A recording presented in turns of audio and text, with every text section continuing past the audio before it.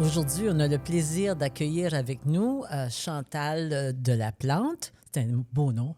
Elle vient aussi de la santé publique d'Ottawa. Elle est diététiste.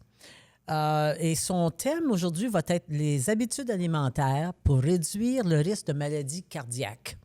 Alors ça, c'est une association qu'on ne voit pas souvent, mais j'aime beaucoup que ce qu'on mange a un effet sur notre cœur. Alors, je vais commencer par, te demander pourquoi avoir choisi ce métier-là? Alors, j'ai choisi d'être diététiste à peu près, je ne sais pas, 15 ans passés, on va dire. Et la santé, c'est toujours quelque chose qui a été très important pour moi et pour ma famille. Et j'aimais aussi beaucoup l'éducation. Alors, en tant que diététiste, c'est comme un beau mélange de promotion de la santé, mais aussi éducation. Alors, les diététistes, on a la chance de vraiment apprendre à connaître nos clients, nos patients. Oui. Et on peut faire des sessions de groupe où c'est un petit groupe intime et tu apprends vraiment à comme donner des conseils qui appuient les gens à améliorer leur santé. Individuellement Et aussi. individuellement aussi. Oui. Puis c'est vraiment un bon sentiment de voir ton client sortir de sa rencontre vraiment bien outillé pour prendre en charge leur santé avec des choses qu'ils peuvent contrôler dans leur vie. Puis l'alimentation, c'est une chose qu'on peut contrôler dans notre vie. Alors. C'est vrai que c'est vraiment interrelié. Alors, OK. Alors, si tu me parles d'alimentation, qu'est-ce qu'une maladie cardiovasculaire pour commencer? Parce qu'on parle du cœur, là. Oui, alors je voulais toucher sur les maladies cardiovasculaires aujourd'hui parce que c'est quelque chose qui affecte tellement de gens au Canada, excuse-moi. C'est la deuxième cause de décès au Canada. Oui, Alors, c'est très commun. Et les maladies cardiovasculaires, ça fait vraiment référence à des troubles qui affectent le cœur et les vaisseaux sanguins. Il y a certaines maladies chroniques qui peuvent augmenter notre risque de développer des maladies cardiovasculaires, entre autres l'hypertension, aussi connue sous haute pression, l'hypercholestérolémie, le haut cholestérol, et aussi le diabète. Alors, avec l'alimentation, on peut contrôler ces maladies ou prévenir ces maladies chroniques-là. Alors, je voulais vraiment faire la connexion aujourd'hui sur les maladies cardiovasculaires et ce qu'on peut faire en tant qu'individu du côté Puis, nutrition. il y a aussi le côté, si tu manges bien, tu mets tes chances de ton bord pour ne pas être obligé de prendre des médicaments. Exactement. Ça peut prévenir le développement d'une maladie, mais ça peut aussi, comme la saine alimentation, peut aller vraiment bien en lien avec la prise de médicaments.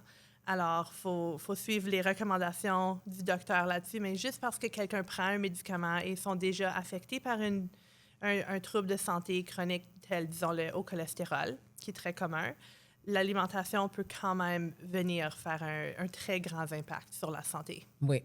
Là, peut-être que tu ne pourras pas me répondre, mais c'est juste une question qui vient de me sortir dans la tête.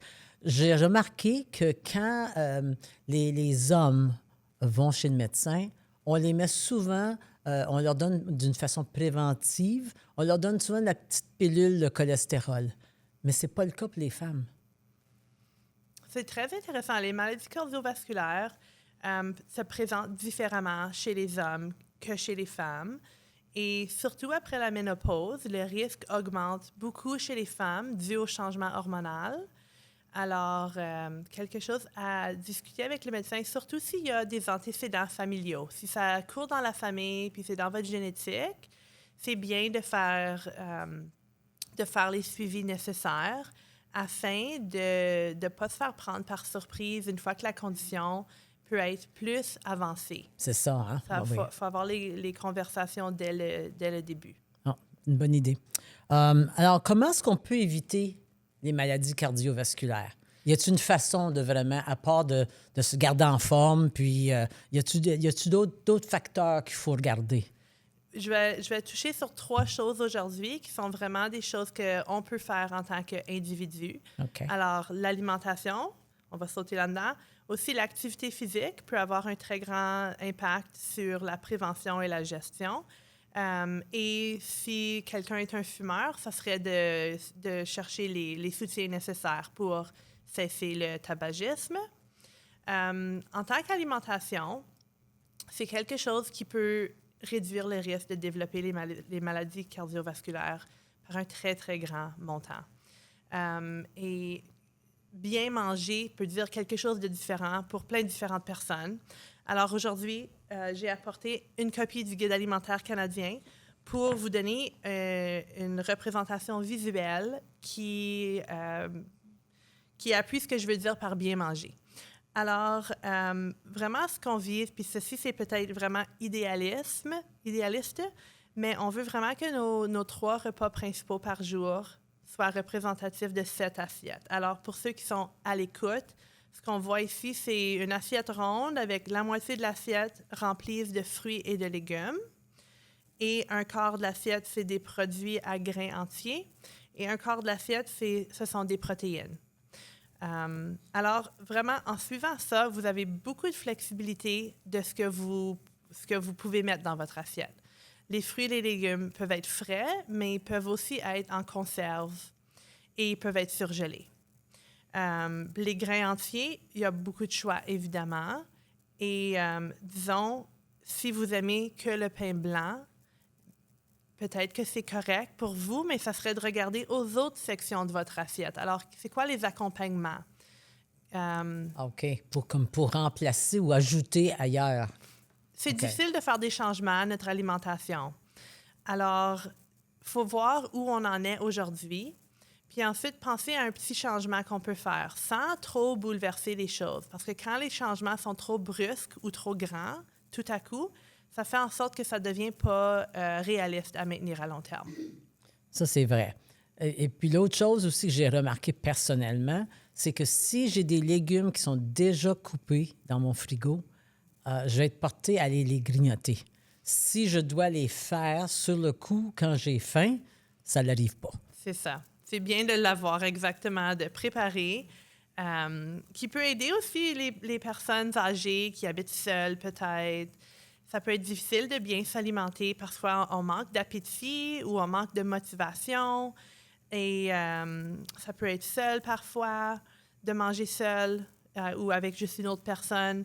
Mais quand les aliments sains sont plus à la portée de la main, ça peut alléger la charge de travail, préparer la nourriture et préparer des repas. Je m'en suis rendu compte. La seule raison que je m'en suis rendu compte, c'est que j'avais un événement à la maison. Et puis, comme de raison, on veut avoir, je dis toujours mon fameux légumes et dip, là, comme qu'on dit. Et puis, j'en avais trop fait. Mais toute la semaine, j'ai remarqué que j'allais en chercher pour en manger. Mais ça, j'ai dit, c'est parce qu'ils sont déjà prêts. Exactement. C'est pas quelque chose que j'aurais été faire. Oui. Alors, je présume que si ça m'arrive à moi, ça arrive à d'autres. Absolument. Ça arrive à moi. Moi aussi. Alors, ce que je fais, disons, tu fais un stir-fry ou un repas pour ton souper, puis tu veux mettre un demi-poivron dans ton stir-fry. Mais coupe tout le poivron, puis garde le reste dans un plat pour ta collation, ton dîner du lendemain. Même chose avec un concombre. Tu sais, qui mange tout un concombre d'une shot? Pas beaucoup de gens. Mais si tu coupes toute l'affaire, puis là, tu l'as à la portée de la main, ça va faire en sorte que tu es plus porté à le manger. Ça réduit le gaspillage aussi, qui est toujours une bonne chose. Oui, ça, c'est ça. Ça a plein d'allure. Mais là, comme je te dis, si on mettrait ça sur le frigidaire, probablement, ça m'empêcherait d'aller manger des chips. Oui, tu penses? J'ai comme l'impression. Parce que ça a l'air appétissant. C'est ça que c'est. Alors que si je mange bien ça, ce qui se produit, c'est que mon cœur bat mieux. Ou c'est quoi l'impact immédiat? Oui, alors vraiment, le guide alimentaire est fondé sur plein de recherches. Et c'est vraiment, il a été publié en 2019, mais il y a encore plein de recherches qui ressortent, qui continuent de vraiment appuyer ce guide. Okay. Et la raison que ça appuie la santé, c'est parce que nos fruits et nos légumes, nos grains entiers contiennent énormément de vitamines et minéraux. Et des fibres en plus. Alors, toutes ces composantes-là, hyper nutritifs pour notre corps, aident nos cellules à bien fonctionner, ça nous aide à mieux maintenir un poids santé, un poids qui est bon pour notre corps à nous.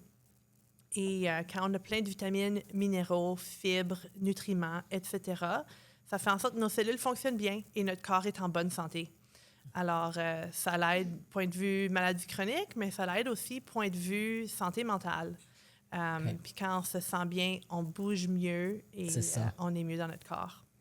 Alors, il y avait quelque chose à un moment donné, parce qu'on s'est parlé avant, là, juste pour faire la finale.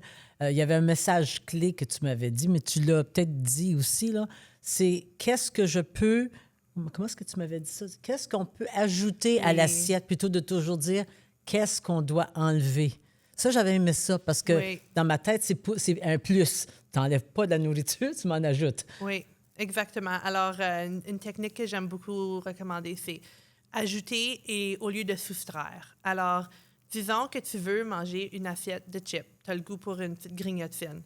L'idée, c'est pas de jamais manger des petites grignotines puis des aliments comme ça.